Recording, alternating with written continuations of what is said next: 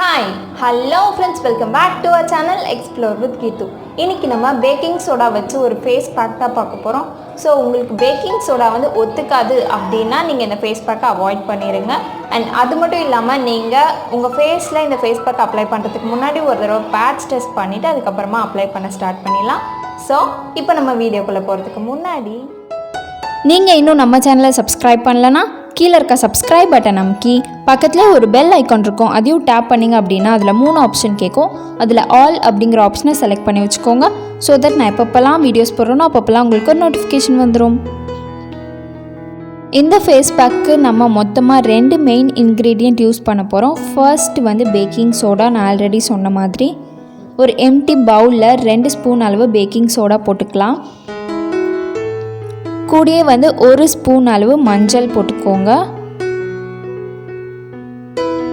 இப்போ இது கூட தேவையான அளவு தண்ணி ஊற்றி நல்லா மிக்ஸ் பண்ணிக்கோங்க.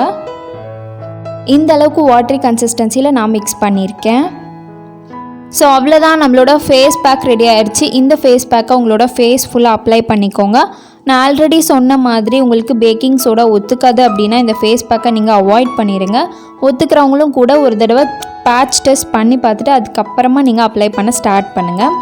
இந்த ஃபேஸ் பேக்கில் நான் ஃபேஸ் பண்ண ஒரு மிகப்பெரிய டிஸ்அட்வான்டேஜ் அப்படின்னா இந்த ஃபேஸ் பேக் ரொம்ப ரன்னியாக, அதாவது வாட்டரியாக இருக்கிறதுனால இதிலேருந்து தண்ணி வந்து என்னோடய கண்ணுக்குள்ளே வாய்க்குள்ளெலாம் போய் ரொம்ப எரிய ஆரம்பிச்சிச்சு.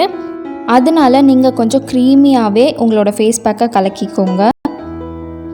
ஸோ ஃபேஸ் பேக் நல்லா காஞ்சதுக்கப்புறமா இந்த மாதிரி உங்களோட ஃபேஸை நல்லா ரப் பண்ணிவிட்டு அதுக்கப்புறமா போய் உங்களோட ஃபேஸை வாஷ் பண்ணிவிட்டு வந்துடுங்க.